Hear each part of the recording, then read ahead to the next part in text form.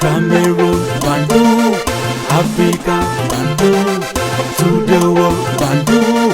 Salut les amis. L'espace cybernétique a été pris, on peut dire ça comme ça, hein, mondialement parlant, par les élections américaines. C'est une information que tout le monde diffuse, tout le monde parle de cette actualité.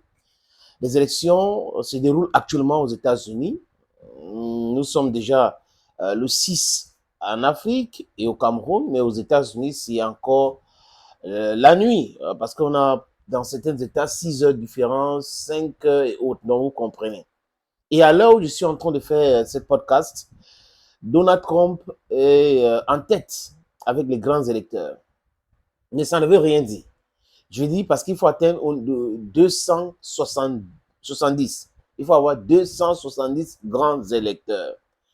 Aux États-Unis, c'est configuré tel qu'il y a des États qui sont plus importants, d'autres moins importants en termes de population, en termes d'importance économique.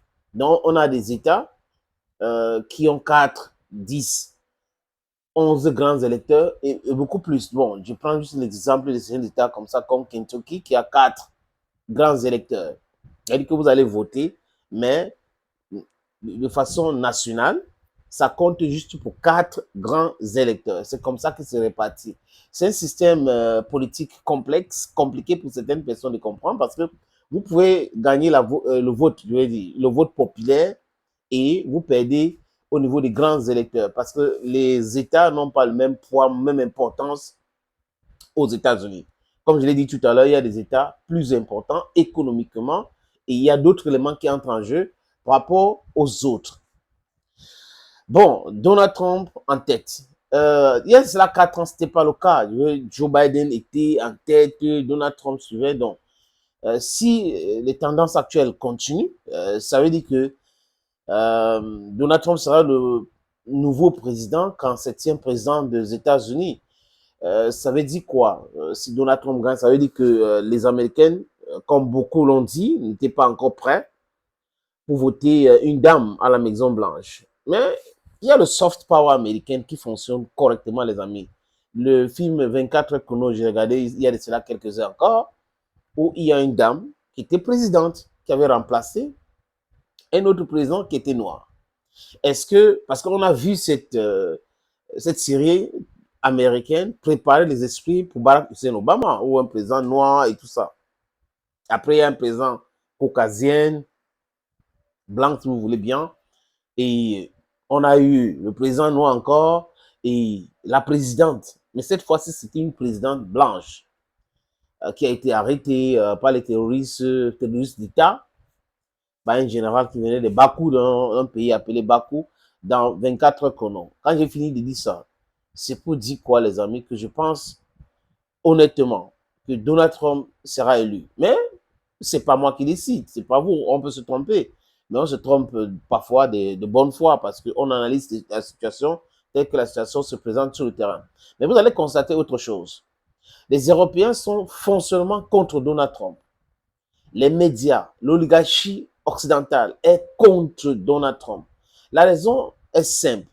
Donald Trump n'est pas un politicien de l'establishment. Donald Trump, c'est quelqu'un qui dérange. C'est un anticonformiste. Et l'establishment adore les conformistes. C'est-à-dire, on a des groupes de pression qui vont dire X, il faut dire Y. Quand ils disent X, tu dis Y, ça veut dire que tu es anticonformiste. Donc, les groupes de pression, les lobbies et autres, ils doivent dire quelque chose et le président suit exactement ce qu'ils disent. C'est comme ça que ces gars fonctionnent. Autre chose, bon, ils vont se mettre contre toi. Donc, c'est pour cette raison qu'il est détesté. Parce qu'il les a dit aux Européens, les 2% de votre PIB que vous utilisez pour votre défense est insuffisant. Vous avez assez de l'argent, il faut augmenter à 3, il dit 3, 4 ou 5%. Et là, ça va créer un problème au sein des économies européennes. Parce qu'ils ont cette parapluie américaine et ils n'ont pas travaillé pour leur défense.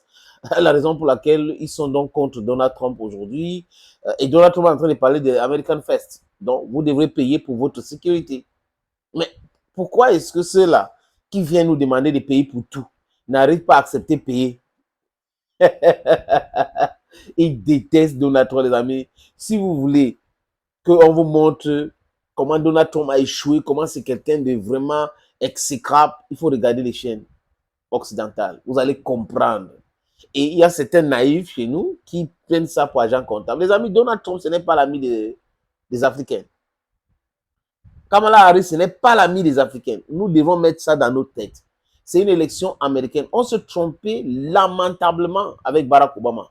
On a bien compris que Barack Obama était un président américain pour les intérêts américains jusqu'au point où il a piétiné les intérêts africains en criant le désordre en Libye. Donc, ces gars-là, je préfère celui qui me dit oui, on ne vous aime pas, on fait ceci, vraiment ce qu'on va faire, c'est préférable. Que l'hypocrite qui va venir nous dire non, nous sommes ensemble, alors qu'au fond, il va faire exactement la même chose que l'autre qui a eu le courage de dire va faire. C'est exactement comme ça. Donc, oui, on suit toujours l'actualité américaine. On va, ce que ça va donner. Si d'ici peu, Donald Trump aura des 270 grands électeurs pour pouvoir gagner l'élection présidentielle. Il a déjà dit que si c'est transparent, il va reconnaître sa défaite, mais si ce n'est pas le cas, il va contester.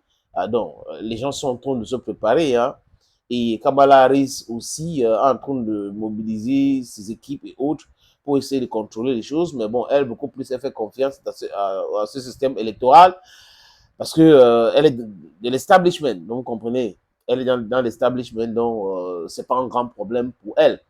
Bon, les amis, on suit encore, on suit les tendances. On espère bien que quand ça va tomber, nous allons vous informer ici même. Merci beaucoup, les amis. À très bientôt.